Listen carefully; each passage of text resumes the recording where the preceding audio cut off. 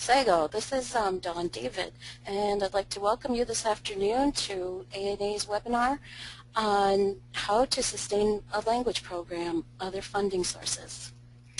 As I'm sure our audience is well aware, funding for native languages is limited at best, and hopefully this webinar will present some ideas for you and hopefully be very useful.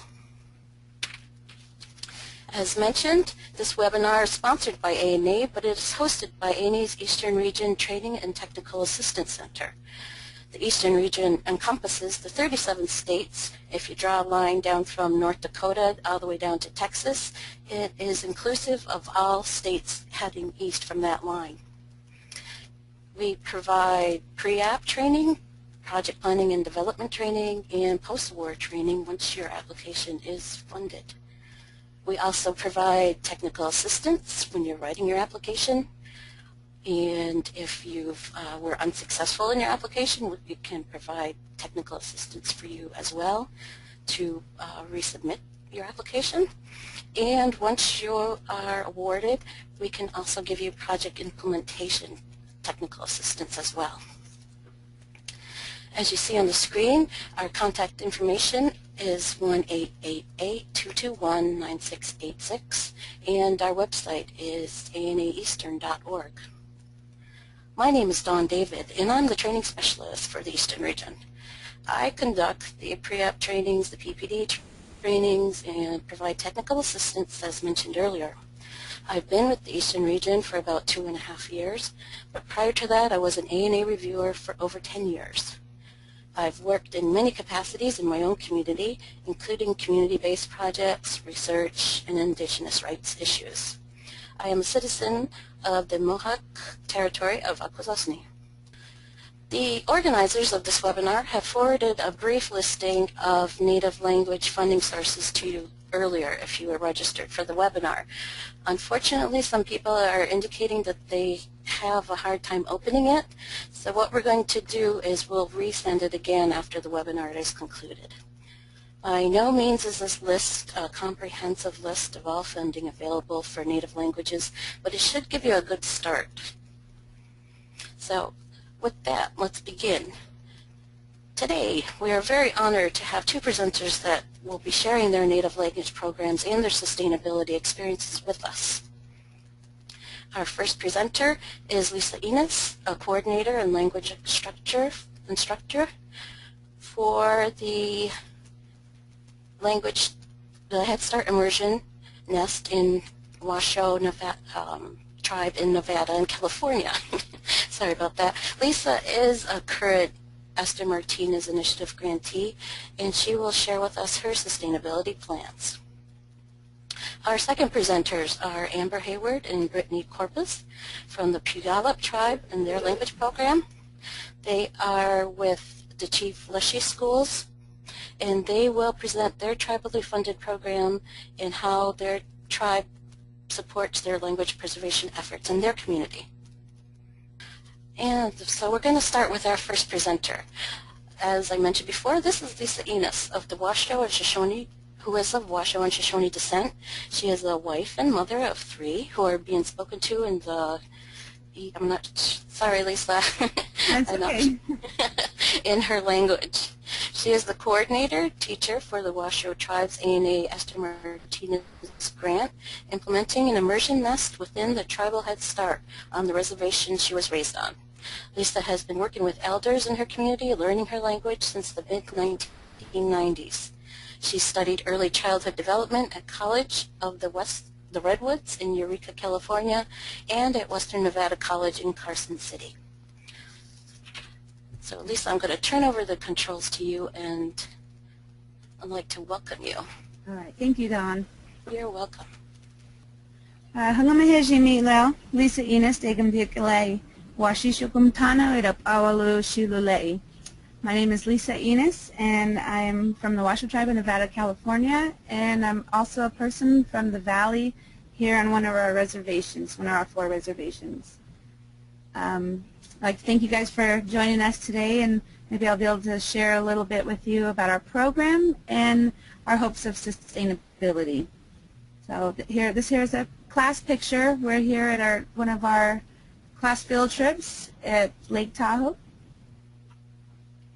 We have been successful in implementing a 3-year Esther Martinez grant. This is our third and final year. When it first started, we were a little surprised and worried. 3 years seems like a long time, but we're pretty, we can't believe how fast it went with this being our final year. Currently in our community we have the language nest. So we have the nest within the Head Start program, and we have an after-school program where the children in our in the nest, when they graduate Head Start and move on into the public school, they join us for an after-school program where they're expanding their language for an hour a week, an hour a day, 4 days a week. So we have that, and we also have our evening classes that are geared towards adults and the parents of our class. And then just this semester we started our a language class at our local college, and they're getting a foreign language credit to do that. So this year our tribe is made up of 4 communities. We have 3 in Nevada and 1 in California, and we have approximately 1,500 members. We've always been a small tribe right from the beginning. So that is a view from our center. That's the Sierra Nevada mountains there. So our ancestral homelands went as far as Antelope Valley in California and down south to Susanville, California. But the heart of Washoe country lies here at Lake Tahoe. You can see the California-Nevada border. It goes right through the lake. And many of our stories and things take place right here at this lake.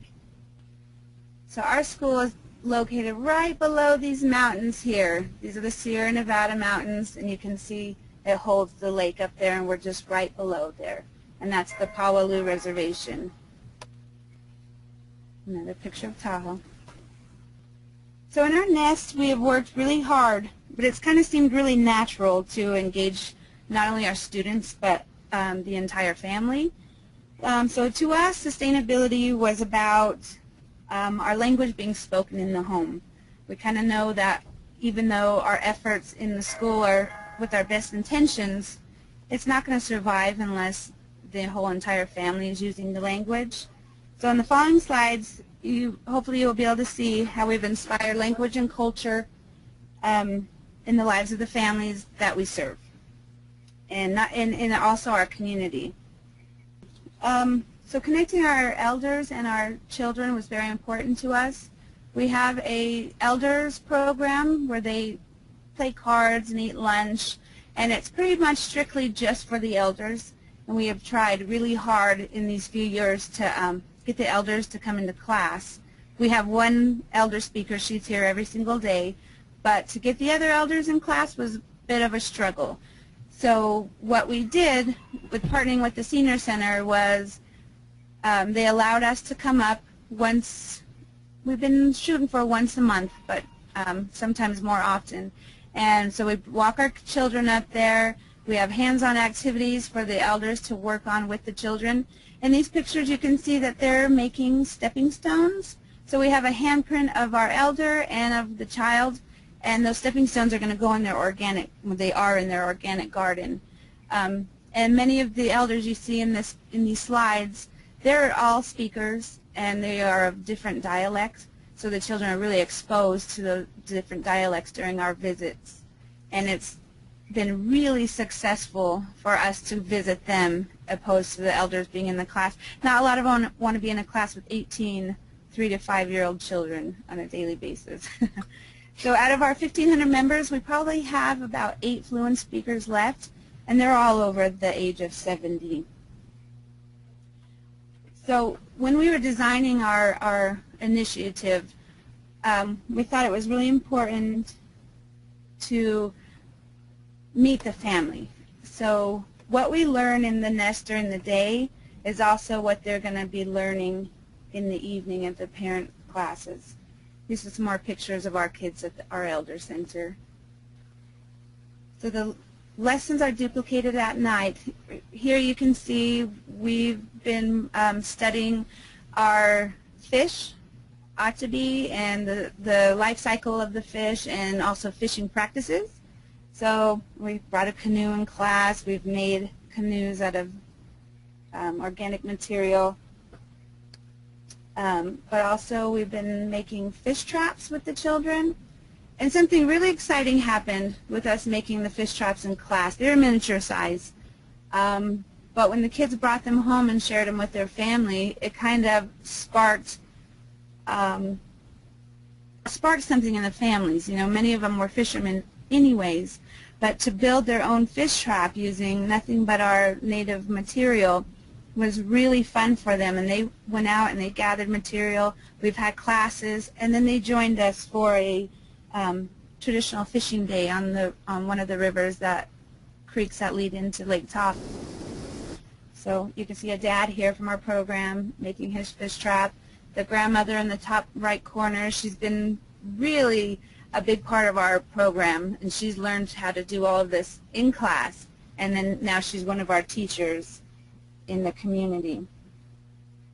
And each class that we have a sheet with vocabulary and conversational language on there so that they can ask for help and in the language. So we're getting them to learn the same vocabulary that the children are learning. So when I was talking about making tule boats, the kids made miniature tule boats, and they were able to sail those in our classroom and our water table and everything. But then we wanted to teach the older children in our community. So our kids, they're teachers now. Our Head Start children are teachers in the community. So they were helping us teach how to build these tule boats, and then we made an actual size boat. Here you can see its first voyage on Lake Tahoe. And then the next slide, you'll see that these are some of our children, and they're out there pine nut picking. We have baskets, gathering baskets, and they got to see those and work with those, but we also made little makeshift ones out of paper bags. So they're there, they're picking pine nuts. We have many, many families that join us because that's how we did it traditionally. We all had our pine nut allotments, and the families, we wouldn't pick until after the elder gave a blessing, and then each family would go out on their allotments and gather pine nuts. And then we come together as a community for a pine nut celebration. And our children here really led the way in many of our celebrations in these last 3 years.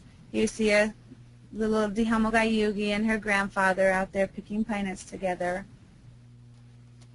Here, after the work's done, you can see the children there learning how to make pine nut soup and acorn soup by cracking them, pounding it into flour, leaching.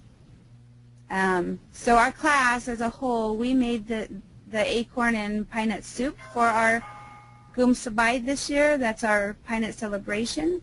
So they are working really hard in class to make that.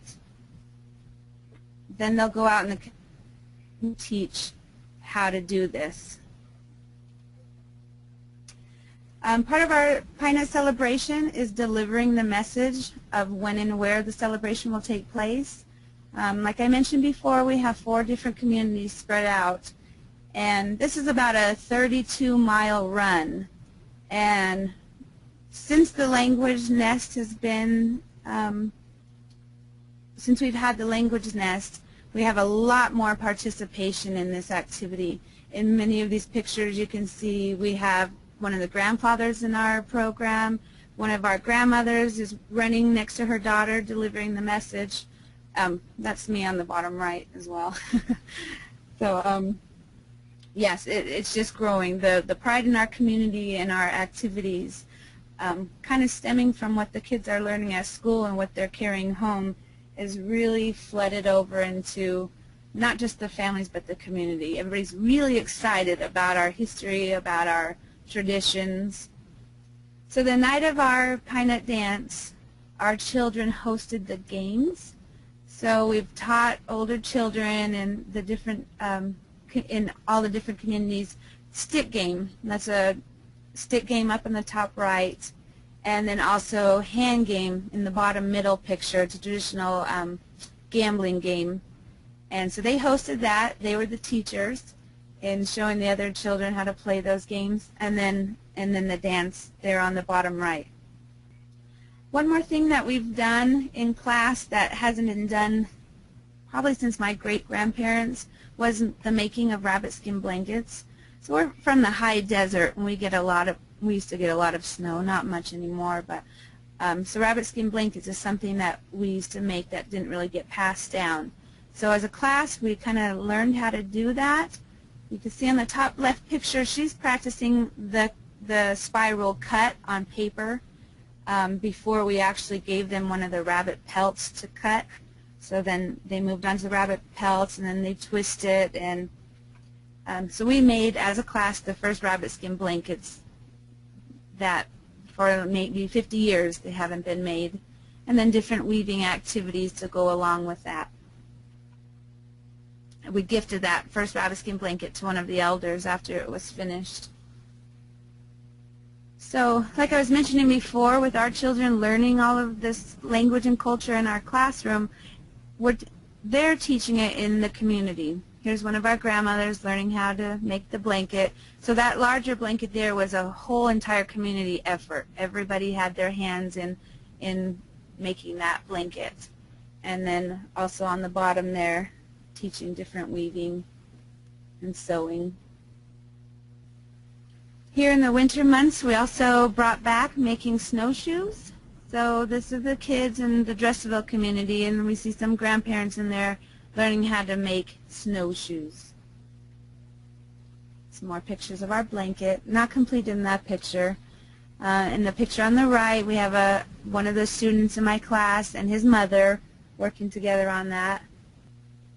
And this is a new family. The couple on the left are starting, she's having their first child, and then she wanted to make a rabbit skin blanket for their bickus. So there they are working on that together. Like I mentioned before, they have vocabulary and words to use while they're making these hands-on activities. We also do baskets in the classroom. So some with our weaving activities, the kids learn that in class. And in the top right picture, there's a dad. He's a dad in our classroom, and he and his son are working on a basket together.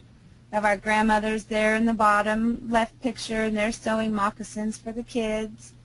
And the picture on the right, on the bottom right, we were at the Head Start one evening, and we were teaching hand game to the parents. And the officers were patrolling the area, and they seen a lot of cars at the Head Start, more than usual. And so he came in to kind of see what was going on, and next thing you know, our tribal officer sat down and played hand game with the rest of them. And that's exciting for us, because then our kids get to see, you know, our officials in a different light. So he played right alongside them. In these pictures here, I really wanted to show the family as a whole. So we had Big Brother one year, and then the following year we had his younger sister, and then the girl in the middle, we had her our first year, and now this year we have her baby sister also in the class.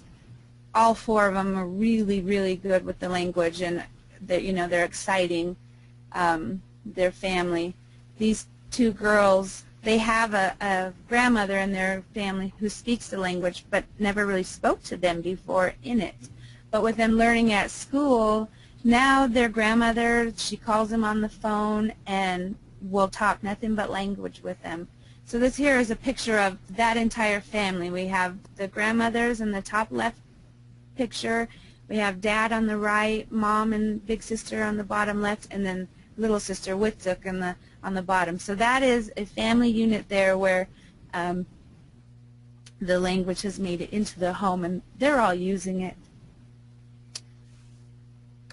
Some more pictures of some of our community activities. We really wanted to put an emphasis on how much community involvement we've been getting in these 3 years of the grant. Again, this is Officer Enos. I didn't mention earlier, but he was a student at an immersion school in the 90s. That's when I first started working in the language. We had a K through 8th grade immersion school on the reservation. So you know, the language lies within him too. So for him to come in our classroom, like I mentioned before, the kids get to see him in a different light, not just, you know, a cop. And they really get to talk with him. He speaks the language with them. He comes in and he teaches them songs. In the bottom picture you can see them, they're kind of taking a tour through his police car and able to ring the siren. So our community involvement has really been very strong in these 3 years. They have ignited a passion for language and culture that we weren't able to do just as language teachers holding our nightly classes, you know, because we were having nightly classes before we had this grant, and we would get sporadic participants, but now it's really catching like wildfire. Here we have a picture of a young man, not in our class, but he is a relative of children in our class, and he's reading one of the books that we've created.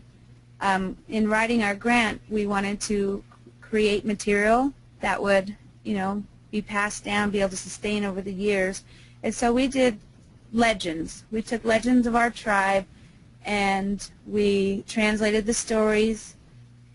Here's 4 of the books here. We have 2 more that we're working on now. So we had a great big book release party, and the communities came. They all got free copies of all the books.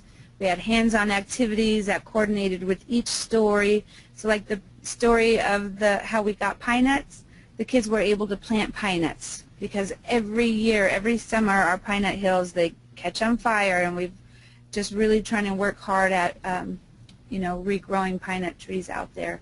So they were able to do that at this event. Here you can see the artists. They're all tribal people that we worked with to illustrate the stories. And then myself and Melba. Melba's our elder in our classroom, and she helped translate those.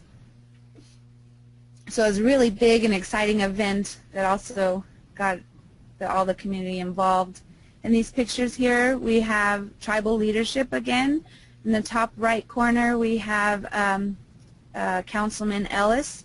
He's on our tribal council. And the bottom left picture is Lisa Christensen, and she's our tribal chair also on our council. In the bottom right picture, we have 4 generations of ladies. They're at our book signing. Joanne Nevers is our historian, and then her daughters and granddaughters, who are all singers. We work a lot with them to help teach us songs. So 4 generations of ladies there involved. And some more pictures from the book release. Our top right picture, she is a school teacher in our public school, a kindergarten teacher. So our children who are leaving the nest, many of them go into Miss Oxaby's class. So it was really exciting to see her there at the book release. And she uses those books in her classroom at the public school as well. So thank you guys very much.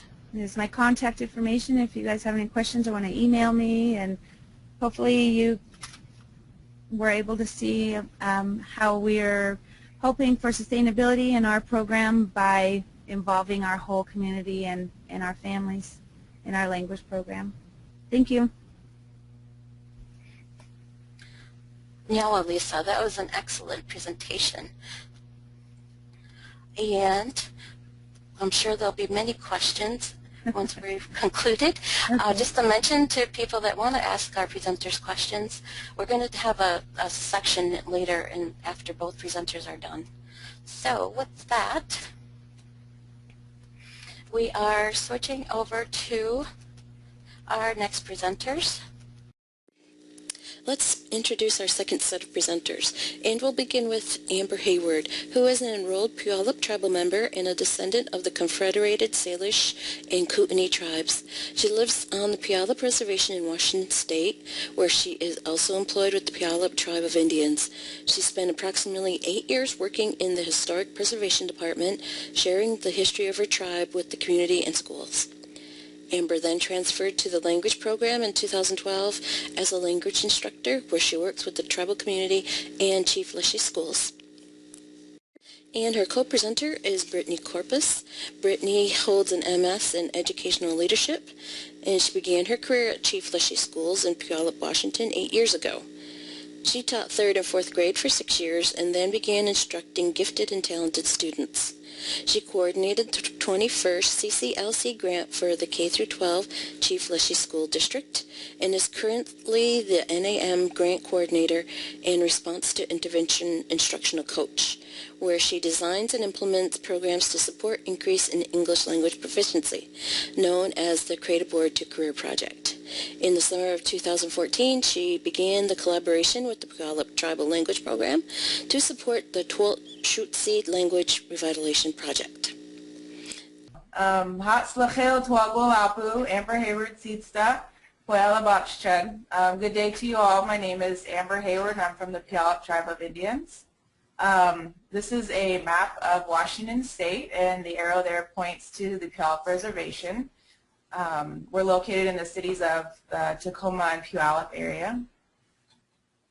Currently, we have 4,600 enrolled Puyallup tribal members today, and we're also located in an urban city. We also have 24,000 other tribes represented in our reservation area. Our dialect that we speak is called txWalšucid. It's a southern dialect of a larger language group called Lushootseed. We have several other tribes in our area that speak the same language. So on the right you see ours, Puyallup, is a southern dialect. The current status of our language right now, we're actually in revitalization mode. We do not have any first language speakers alive today. Currently we have approximately 5 speakers at a level 1 certification.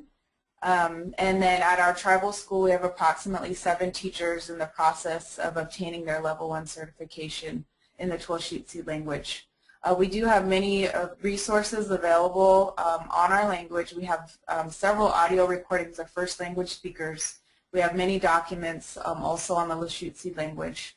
And of those tribes that you saw on the previous slide, most of them actually do have a language program, and some of them have teacher certification programs.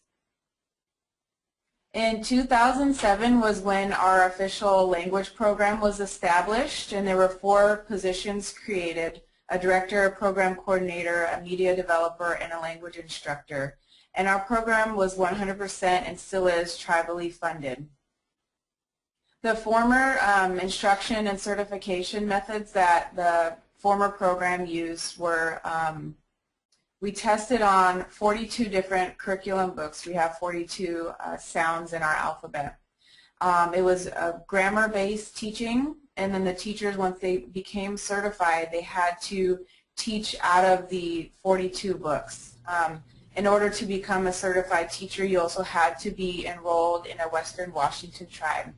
The curriculum that you see there, many of the other phrases were very similar to this. So this is a bobcat, that is a bear, there is a salmon in the river. So that was the type of grammar-based teaching that we had in the former program.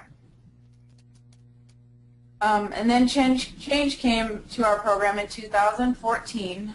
We were actually left with only 2 employee spots, the media developer and the language instructor. Our tribe contracted with a Lushootseed language consultant who has 40 years of experience with first language speakers in the Lushootseed language. He's also at the University of Oregon obtaining his PhD in linguistics. So during the summer of 2014, our staff went down to the University of Oregon to the Neely Language Institute, where we spent 2 weeks learning all different types of teaching methods, full immersion, and there was approximately about 7 other languages, tribal languages represented down there that gave us so many resources that were unknown to us. We ended up changing our teacher certification program and our instruction methods. So currently there's no ethnicity restrictions on certification. Anyone is allowed to speak and learn the tribal language right now.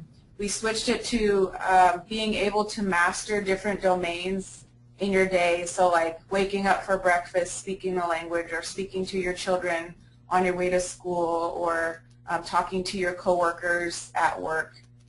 We also required that a language nest in the home was established. That's a place that you only speak your tribal language in your home. And then another important piece was being able to converse in our language of txWalšucid. The former method, conversation was not a part of that. On the left-hand side is just an example of a domain. So we have this one here is washing hands. This domain is not reliant upon another person. So this is individual based. So if you don't have somebody else to talk to, self-narrating is a domain that we chose to incorporate in our instruction. The current instruction method is language use and not teaching it. So we weren't going with this is the bear, this is the bobcat. We're actually using language, you know, in our everyday lives and trying to switch out English for txWalšucid. And we're definitely trying to incorporate conversational use of txWalšucid as a large priority. On the right-hand side there is a few phrases, about 12 phrases that we try to ask people to initially start off switching out for English. So good day, how are you, thank you, yes and no. We did chose to put phonetics on there as well to enable people to start learning how to read the txWalšucid language as well. Currently our language program serves our tribal administration, our tribal community, our tribal school, which is called txWalšucid, and then our tribal daycare that's called Grandview. The language services that we provide are language instruction and material and curriculum development. And our media services that are provided are web design, audio development, and video production. Hatzlachil txWalšucid, Brittany Corpus Seedsta. My name is Brittany Corpus. Good day to you folks. So I'm going to speak about the school side of this project.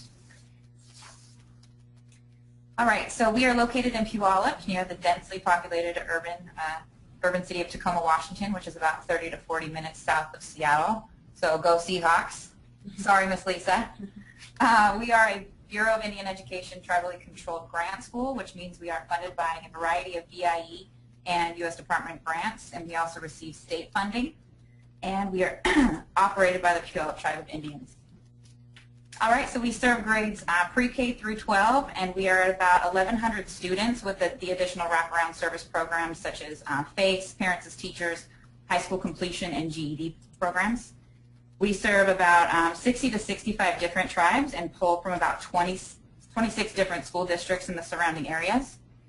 And we actually provide door-to-door transportation with our buses for every single student, and this allows us to be a choice school for the many Native children in our surrounding areas. Okay, so you see a screenshot of our some demographics. So the language revitalization initial phase has really started at the elementary level. We have 6 Native elementary teachers, 16 Native paraeducators or support staff, 3 Native elementary culture teachers, and 23 non-Native elementary teachers. And the remaining staff, 48 people, are non-Native. And along from the support from Ms. Amber and Mr. Chris Duenas at the tribe, these are the current non-Native staff members that have truly embraced language revitalization at the school and have been involved in this process since summer of 2014. These are also the staff members that in the past would not have been able to integrate txWalšucid into their instruction and conversation, and they are now able to do so. This has really been, they've been able to engage with our students, and we feel this has been very key to the initial successes of this project. And it must also be mentioned that this has been an opportunity to truly show our Native students respect for their culture and language that otherwise would not have been able to do so to that extent. All right, so here you see screenshots of 2 instructional methods being used. The full videos are on the Puyallup Tribal Language Program YouTube channel, so I'll put that little plug in. You should check it out. You'll see Miss McCary on the left, and she does a really nice job of integrating txWalšucid in her daily instructional routines. On the right, you see Mr. Corpus. He's, yes, my husband. He's teaching how to divide decimals, and in that lesson, he uses about 85% txWalšucid. And in his classroom, 100% of his numbers are in txWalšucid as well. and he also swaps out general phrases throughout the day. Many of the staff members are switching out all of the general greetings that Amber mentioned before, such as good day, how are you, and that has been really the big push school-wide is to, I like to call them swappables. So is there something that you say in English, you can swap it out with one of the phrases in txWalšucid and make that a consistent part of your routines. All right, so how did we make this happen? So we began with the initial set of engaged staff members working with Amber throughout the first half of the school year to identify methods that would be successful and easily integrated or swappable in a classroom setting. The initial idea of the domains is a great start. However, what does that look like in a school setting, and how can we make that effective? So we had a good process and adjusted a little bit. So this began to shift from domains to specific phrases used by each teacher. We found that it is much more likely that they will swap out a phrase they consistently use in English for txWalšucid, such as thank you, great job, quiet down, sit down, raise your hand, line up, try your best, keep going, and other phrases of that nature. And the tools that have really made this successful are the QR codes. I would say one barrier in the past has been that the phrases have been posted, but it was hard to access how to actually pronounce them. And then there was some intimidation with asking a native speaker to explain it to you. So the QR code on the left, you see the txWalšucid CIUs. It says it Hatzlachil, and then it says it as phonetically as possible in English so that native English speakers have a chance to work through it. And then it says what it means, good day, as well as if you scan that QR code, you can hear it yourself and repeat it over and over again to yourself as well as to your classroom of students. The other are instructional videos again on the Puyallup Tribal YouTube channel. They've done an amazing job with the videos. They are engaging for students. They become interactive. They give a chance for the students to say the phrase, say it to their partner, respond.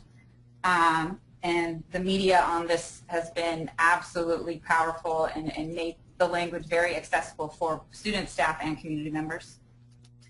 And Amber and her team have created, like I said, the instructional videos.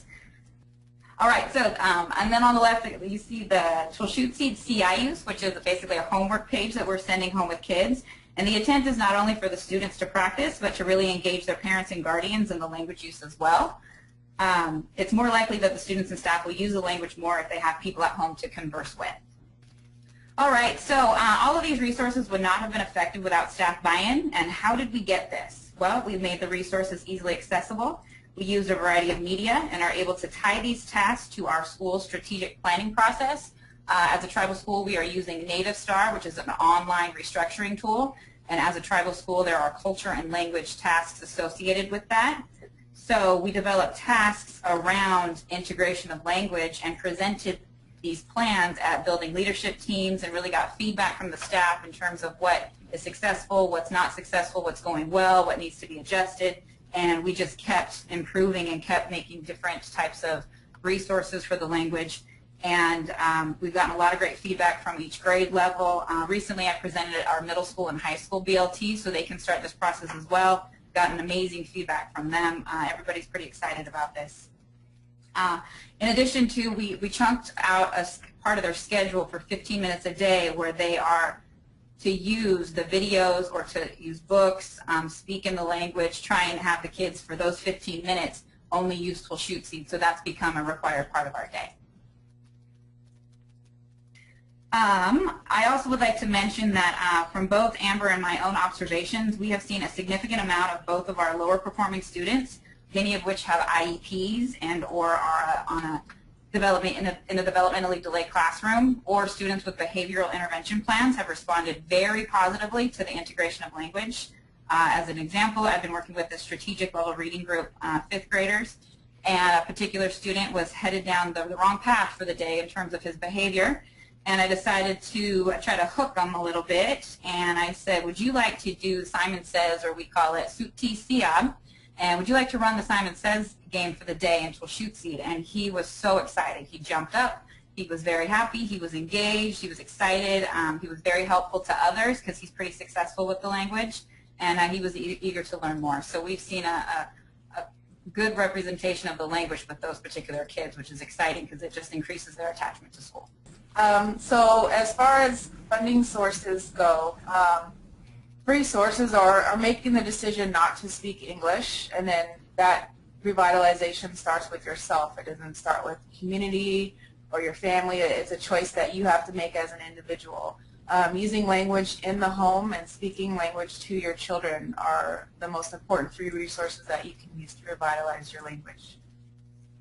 We've also found that in our program, these other free sources as well, making our language popular, making it visible and accessible, and allowing language use to be used in the community with all community members. On the top there, we made a txWalšucid Beats video that's pretty popular with the kids. And on the bottom, we have our middle school basketball team that has incorporated language use into their basketball games. And now all the other basketball teams want to use language in their games as well. So just making it popular and visible is another free resource that you have available to you. Some other things that we've used, social media as far as free resources, Facebook, we have a YouTube channel, and then we actually have a website as well that have different resources for different types of people who might not want to go on Facebook. Maybe they'll go on YouTube, or people who like websites, they'll go there, and teachers use them. Our community uses them. They see us in the community and they recognize us from the videos. So it's actually been an incredible tool to use to spread language. And we also have listed some of our resources here that you can just pretty much swap out your language with any of the tools that we have provided here. So that list of resources available to you there. Ahoy Chef, txWalšucid. We are finished. Thank you, folks. And thank you, Amber and Brittany, for your demonstration of your language program, which is so exciting. And I also have to apologize due to some technical snafus. I understand your introduction wasn't heard. I have to apologize for that. So with that, we are now moving on to the question and answer section of our webinar. Candy, you want to hand the controls to you? All right. We currently are getting a couple of questions right now. What would your advice be to someone who wants to start language in their community? Okay. Hi, this is Amber. Some of the things that we have found to be really fun is playing a game of Go Fish in the language. No prior experience of language use is needed. We made it a sheet with all the numbers and the face cards, and then translated, do you have, and no, I don't, go fish. We translated those things into our language, made a phonetic sheet so that anybody from kindergarten up to 70 years old can sit down together and play a game of Go Fish. We do that once a week at our tribal administration building. Some of the teachers do it at our tribal school as well, and it is going to be a homework assignment for the kids to play at home with their family. Playing games is just an incredible way because you kind of forget that you're speaking another language, and just do not allow English in that game of Go Fish. And you'll find that kids and adults continue to want to come back and play that game together. So that's one method that we use with our community currently. Other than that, definitely social media has been a huge part of our language revitalization. Literally just grabbing your phone and making a recording, asking people on Facebook, what do you want to know how to say? What kind of videos would you like? We kind of make entertaining ones, instructional ones. So they're all kind of ranged differently, but we definitely feel that social media has been a huge, huge push with our tribal community. Okay, thanks, Amber. We have another question that is posed for you. Who did you collaborate with to develop your curriculum, and how long was the curriculum development process? And a third question, what grade speaking level does your curriculum focus on or cover?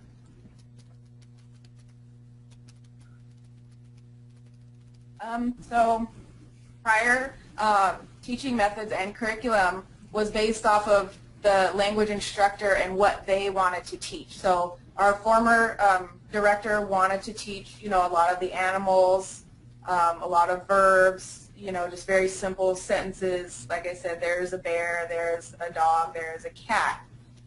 So then when we contracted with our grantees consultant, he said he'd tried that method for 30 years and he didn't produce any speakers because you're telling somebody else what they should say. So he went from doing the complete opposite of asking the people who you're trying to get to speak language, what do they want to say? Do you want to say there's a bear? Or do you want to know how to say, hi, how are you? Or if you have children, you're probably going to want a few commands like, be quiet, sit down, or I love you, have a good day. If you're in a school setting, you have a completely different vocabulary that you use there. If you're in a work setting, you have, kind of technology. Do you want to go to lunch? What are you working on? So we literally took requests from all the people that we've been working with, and our language consultant translates that. So our curriculum has literally turned into exactly what that person wants, and everyone is different. Some people are good at hearing audio, so they want a recording. They want to record your mouth so they can see how your mouth forms the sounds. Some people want it written down. Some people want it phonetically. We just had to decide that we had to give the person whatever it was that they needed in order to speak the language.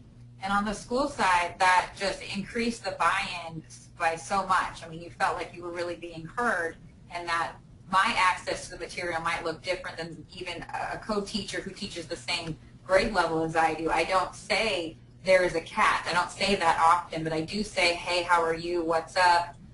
Good job. I say all those things to my kids, so those are easily swappable and something I could actually use, rather than trying to say, here, say this, even if I don't say it in English, why would I say it in txWalšucid? So swappable, personalized to me, it allowed for a lot more buy-in on the school side. And as far as creating curriculum, again, I created exactly what those teachers wanted and gave it to them in a Word document so that if they wanted to copy and paste it and put it on something else or put it in their newsletter they send home to parents. Created Simon Says flashcards, alphabet. So there's all these different things, but it literally was based off of the person who wanted to speak the language, and that's how our curriculum now is currently being made. Great. Thank you, ladies. There's a question for Lisa. Could you further describe how and what you send home in the evenings for family use? Okay. Well, it's pretty much, we take what it is we're learning during the day with the children. So it's a lot of, we're trying to create speakers. So we try not to limit what the kids are learning, based off of school activities. It's everyday, like the ladies were saying, everyday conversation, how are you, and things like that. So a lot of like our meal time. The kids are learning how to ask for different foods in the language and things. So then we'll just duplicate that on a handout to send home to the parents, things that they want to use in everyday conversation. We also, so we'll separate it by vocabulary on the top. We use our phonetic writing, but then, try to make it so that it's easy for them to read. And then beneath that, we'll have how to use those words in a sentence. So then they can see when it changes from first person to second person, things like that too. We'll point that out in the sentences. So we're finding that by doing that, the parents and children are using language more together at home in the evening times because they're on the same page in what it is they're learning. We have another question for Lisa. How do you promote community involvement in your program? Do you have a high percentage of involvement from the community? It was kind of slow starting, we had written into the grant that we wanted so many hours of leadership involvement, so many hours of elder involvement, and it was really hard to obtain that at first. I can talk to people until I'm blue in the face, you know, but it wasn't until it's the kids, it's the children who brought the excitement to their family and to our community, you know, and like Amber and them were saying, you know, using the language at basketball games. Our kids do that. They do that at the gym, you know, and it's just all natural. And so other people are hearing the kids saying it, and they're really getting excited. So by our language being heard more in the community, it has really brought in a lot more involvement to our classroom and to the kids and to the language, where it's cool to talk our language now, you know. All the kids in our community are wanting Washoe names. They're asking me how to say their name in Washoe when it's an English name, you know. So it is. We have gotten a lot more involvement as the years have gone by. The first one, like I said, was really kind of hard to get that. But the more the language has been heard, then the more people are wanting to be a part of that. So leadership was kind of hard at first to get, but they're coming around. Great, thanks, Lisa. We have several comments from attendees who are thanking you for your presentations. I just wanted to get that out there. Also, someone asked if the webinar is going to be available after the event. We will be posting. This webinar has been recorded. It will be posted and edited and available for viewing in about 2 weeks. So you can check on our website, anaeastern.org. It will also be available on ANA's resources. We have another question for Amber. What did it take to get your tribe to provide the funding for your language programs? That's a really good question. In 2007, before that, we didn't have a language program. So 2 tribal members presented an entire program to our tribal council. They were actually working for another tribe that speaks the same language as us. They wanted to come and establish a program in our tribe. So they had all of their things together. They presented it to tribal council and said, look, this is important. We need to start a language program here. We're working at this other tribe, but we really want to work for our tribe. So our council did decide that it actually was very important, and they provided the program with 4 different positions that were suggested to them. And again, we are 100% tribally funded program that has sustained since 2007. Again, we had change in direction here. They wanted a little more visibility in the community, and so our council is still in huge support of our language program, and they pretty much provide us with whatever it is that we need. Great, thank you. This is a question again for you, Amber. When presenting language to students at the school, how do other students who speak a different language feel about the language that was chosen? That's actually a really good question. That's something that comes up at our tribal school because we have so many different tribes represented there. We also have Native teachers that are not from our tribe. They're from other tribes and they speak other languages. What we had to say to that was this is a Puyallup tribal school, so we are speaking our language there, but we're also encouraging any of the teachers and students, if they know their language or they want to find out more about their language, to bring that into the classroom. So if kids are counting, 1 through 10 in txWalšucid, we have a Navajo teacher who actually wants to start incorporating her language into counting as well and teaching the kids. So that is definitely something that we want to embrace. And but so far, all of the kids, they love it, even though they're all from different tribes. It's very exciting for them when they see us in the hallways. They greet us and talk to us and hug us, and it's just a very exciting thing that everybody right now is very much a part of, but we are encouraging other language use as well. Thanks, Amber. This question is for Lisa.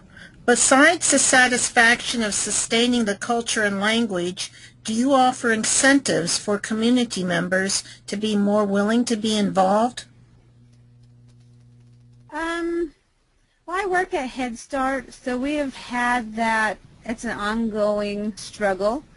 They say bring food, and people will come. They don't always come when you have food or raffles. So we haven't really done any incentives per se.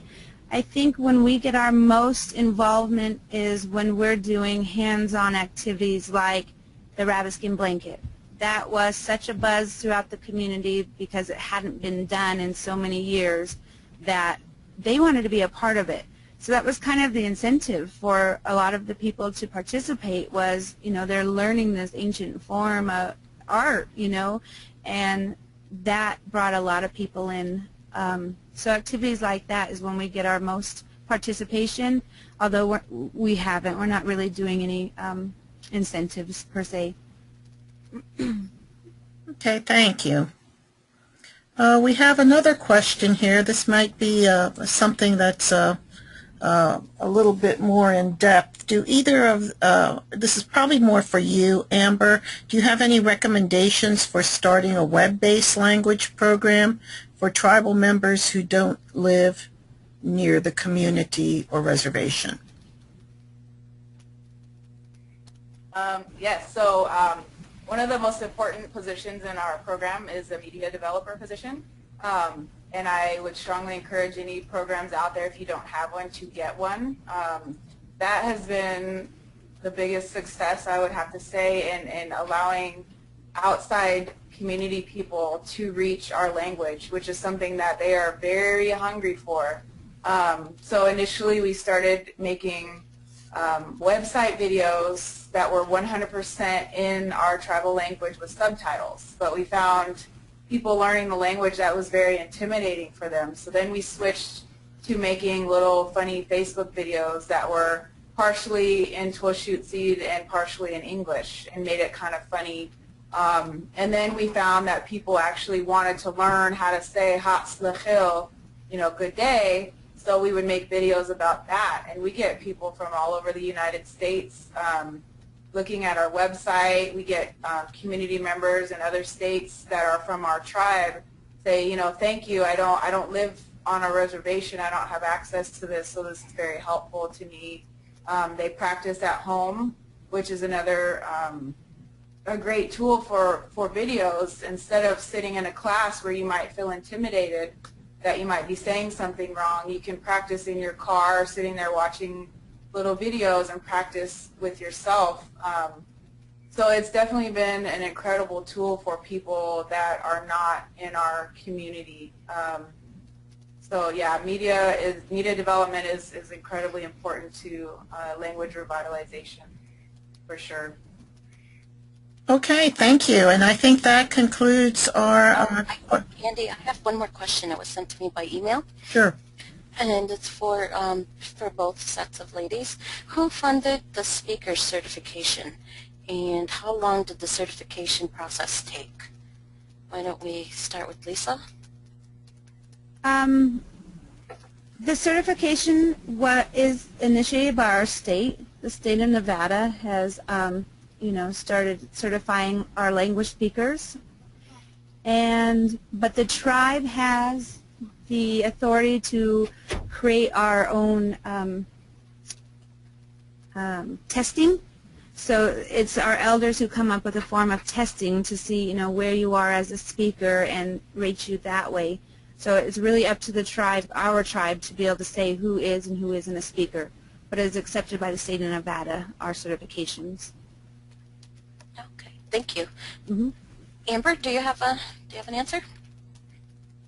Yeah, ours is pretty much exactly the same as Lisa's. The state holds the certification. Our tribal council is the one who decides the criteria and who to certify. There's probably not any funding involved in that. Any community member can be a certified teacher if they meet the requirements. Okay, thank you, both Brittany and Amber and Lisa. And Don, with the, Don, yes? can I add one more thing? Sure. With funding, I forgot to mention earlier that our language program, because is separate from our NEST, although we have a partnership, and our language department is funded under our tribal TANF. So they're doing our employment and activities also with the TANF. Okay, thanks for that clarification. Yeah. Alrighty.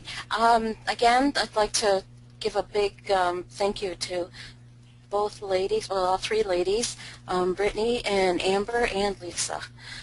And with that, we're going to wrap up today's session, and I just wanted to remind everybody that this is part of the ANA webinar series, and a recent change that we've had this year is that the webinars will be held every other Thursday, as opposed to we used to have it every Thursday. So it's every other Thursday at 3 p.m. Eastern Time. And to see upcoming webinars, you can go to the ANA website. There's the address on the screen, and you go to the Events tab. And I checked this morning, but the upcoming registrations aren't posted yet. But if you keep checking, I'm sure it'll be up soon. The next webinars will be April 9th, and it's on ACF Tribal Consultation, and on April 23rd, which is going to be on climate change effects on native lands. So, of course, we're going to be looking forward to those. And just to remind everybody, this one is going to be recorded, and it will be available on our website and the ANA website in the future, in about 2 weeks. So, thank you, everybody. Thank you, Candy. Thank you, Amber, Brittany, and Lisa. Thank you, Don. You're welcome.